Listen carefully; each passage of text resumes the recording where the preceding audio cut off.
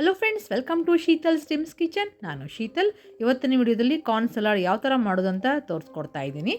ಮೊದಲನೇದಾಗಿ 1 cup corn ಬೇಕು, 2 ಟೊಮ್ಯಾಟೋನ ಹೆಚ್ಕೊಂಡು ಇಟ್ಕೊಂಡಿದ್ದೀನಿ, ಕೊತ್ತಂಬರಿ ಸೊಪ್ಪು, 1 ಈರುಳ್ಳಿಯನ್ನು ಹೆಚ್ಕೊಂಡು ಇಟ್ಕೊಂಡಿದ್ದೀನಿ, ಕಾಳು ಮೆಣಸು ಪೌಡರ್ ಮತ್ತು ಉಪ್ಪು ಬೇಕು. ಎಲ್ಲ ಸಾಮಗ್ರಿಗಳನ್ನ ರೆಡಿ ಮಾಡಿ ಇಟ್ಕೊಳ್ಬೇಕು. ಈಗ ಒಂದು ಪಾತ್ರೆಯಲ್ಲಿ ಗ್ಯಾಸನ್ನು ಹೆಚ್ಕೊಂಡು ಗ್ಯಾಸನ್ನು ಮೀಡಿಯಮ್ ಇಟ್ಕೊಂಡು ಕಾರ್ನ್ ಹಾಕ್ಕೊಂಡು ಇದನ್ನು ಬೇಯಿಸಬೇಕು. ಕಾರ್ನ್ ಬೆಂದಾದಮೇಲೆ ಕಾರ್ನ್ ಮೇಲೆ ಬರುತ್ತೆ.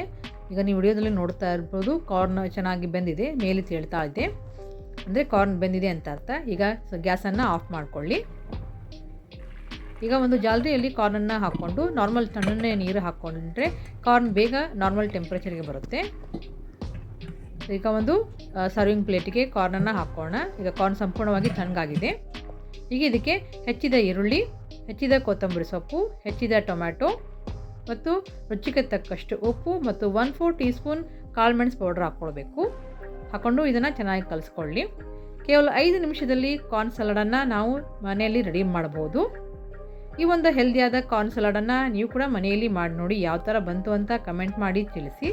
ಮತ್ತು ಈ ವಿಡಿಯೋ ನಿಮಗೆ ಇಷ್ಟ ಆಯಿತು ಅಂದರೆ ಲೈಕ್ ಮಾಡಿ, ಕಮೆಂಟ್ ಮಾಡಿ. ಯಾರು ಈ ಒಂದು ಚಾನಲ್ನ ಸಬ್ಸ್ಕ್ರೈಬ್ ಮಾಡಿಲ್ಲ ದಯವಿಟ್ಟು ಸಬ್ಸ್ಕ್ರೈಬ್ ಮಾಡಿ. ಮುಂದಿನ ವಿಡಿಯೋದಲ್ಲಿ ಮತ್ತೊಂದು ಹೊಸ ರೆಸಿಪಿಯೊಂದಿಗೆ ಬರ್ತಾ ಇದ್ದೀನಿ. Thank you for watching.